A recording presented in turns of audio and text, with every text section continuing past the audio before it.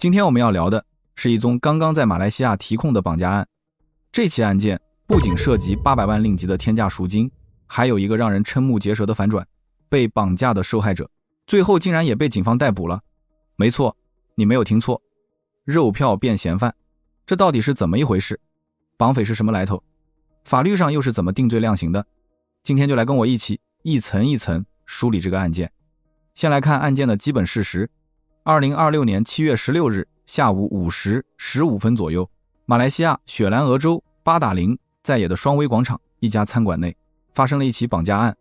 44岁的华族商人徐国文被一群男子当众绑走，绑匪随后向他的家属勒索800万令吉，约合252万新元的赎金。7月17日凌晨1时30分，徐国文的46岁妻子向警方报案。5级阿曼警察总部刑事罪案调查总监拿督古马接报后，立即联合雪州刑事调查组展开特别行动。警方的效率非常高，不到24小时，也就是7月18日凌晨约1时，警方在雪州沙阿南 ICT 的一所民宅救出了徐国文，并当场逮捕了5男1女共6名嫌犯。从绑架发生到肉票获救，前后不到48小时。警方在行动中还起获了多种毒品、数部手机以及数辆相信用于犯罪的交通工具。从表面上看，这是一起典型的绑架勒索案，警方迅速破案，堪称教科书式的行动。但故事到这里才刚刚开始。7月27日，6名嫌犯被全副武装的特警押送到巴打林在野推事庭面控。6名被告分别是45岁的洗车店老板拉维查德兰、43岁的艾兰戈文、43岁的杰亚拉、40岁的二手食用油商人摩瑟斯、33岁的兹雅乌丁以及36岁的电召车司机莫哈默阿菲克。他们被控抵触马来西亚1961年绑架法令第3条文第1小节，并与刑事法典第34条文及共谋犯罪同读。这里我们要稍微深入一下法律层面。马来西亚1961年绑架法令是一部专门针对绑架勒索行为的法律，其第3条第1小节规定，任何人意图以他人为人质，以索取赎金而绑架、非法禁锢或非法限制他人，即构成犯罪。这条法律的核心在于意图索取赎金，只要绑匪的目的是拿钱放人，就适用这条法令，而不需要等到赎金真的到手。那么刑罚有多重呢？根据目前报道中引述的控状，一旦罪成，可被判监禁最少30年，最高40年，以及鞭刑。但这里有一个非常值得注意的地方，根据1961年绑架法令第3条第1小节的原文，刑罚实际上是死刑或终身监禁。那为什么本案报道中说的是30到40年监禁呢？这是因为马来西亚在2018年和2023年进行了法律改革，废除了谋杀罪以外的强制死刑，并赋予法官更大的裁量权。在绑架罪中，法官可以在死刑和终身监禁之间做出选择，而终身监禁在实际执行中往往被量化为一个有具体年限的刑期，所以30到40年这个数字反映的是现行司法实践下的刑罚范围。至于刑事法典第34条文即共谋犯罪，其核心是，如果多人共同犯罪，每个人都对犯罪结果承担相同的法律责任，不论每个人具体做了什么。换句话说，就算你只是在现场把风、开车接送，只要你是这个犯罪团伙的一员，你和主谋面临的刑罚是一样的。在本案中，6名被告被控与其他7名在逃嫌犯共同作案，这意味着涉案人员总共可能多达13人，目前仍有7人在逃。法庭上，6名被告全部表示不认罪。主控官洛曼副检察司以案件性质严重，赎金额高达800万令吉，罪成后面临至少30年监禁为由，不建议任何被告获得保释。辩方则打出了家庭牌。摩瑟斯的律师称，他有妻子和2名分别11岁和9岁的孩子要养。拉维查德兰的妻子月薪仅1800令吉，要养3个孩子。艾兰戈文月入1500令吉，是家里唯一的经济支柱。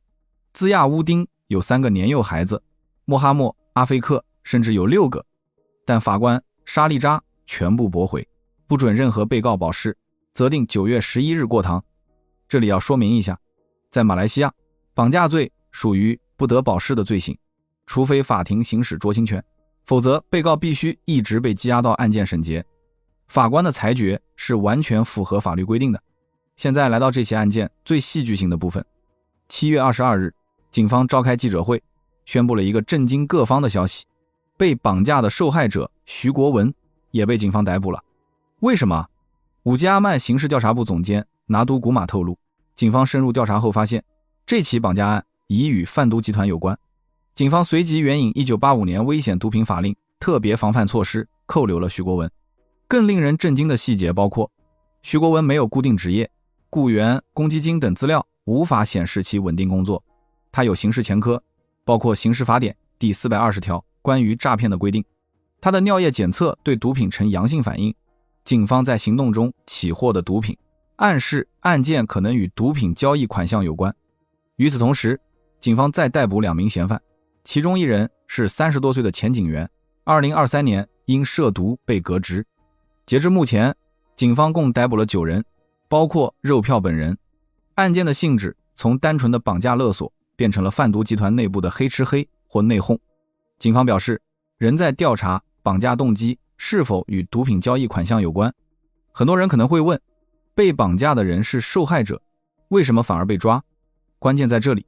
徐国文被逮捕的依据是1985年危险毒品法令特别防范措施，这是一部预防性法律，授权警方在怀疑某人涉及毒品犯罪时，不经审判即可扣留此人进行防范性羁押。这与绑架案本身是2个不同的法律程序。徐国文在绑架案中是受害者，但在毒品调查中是嫌疑人。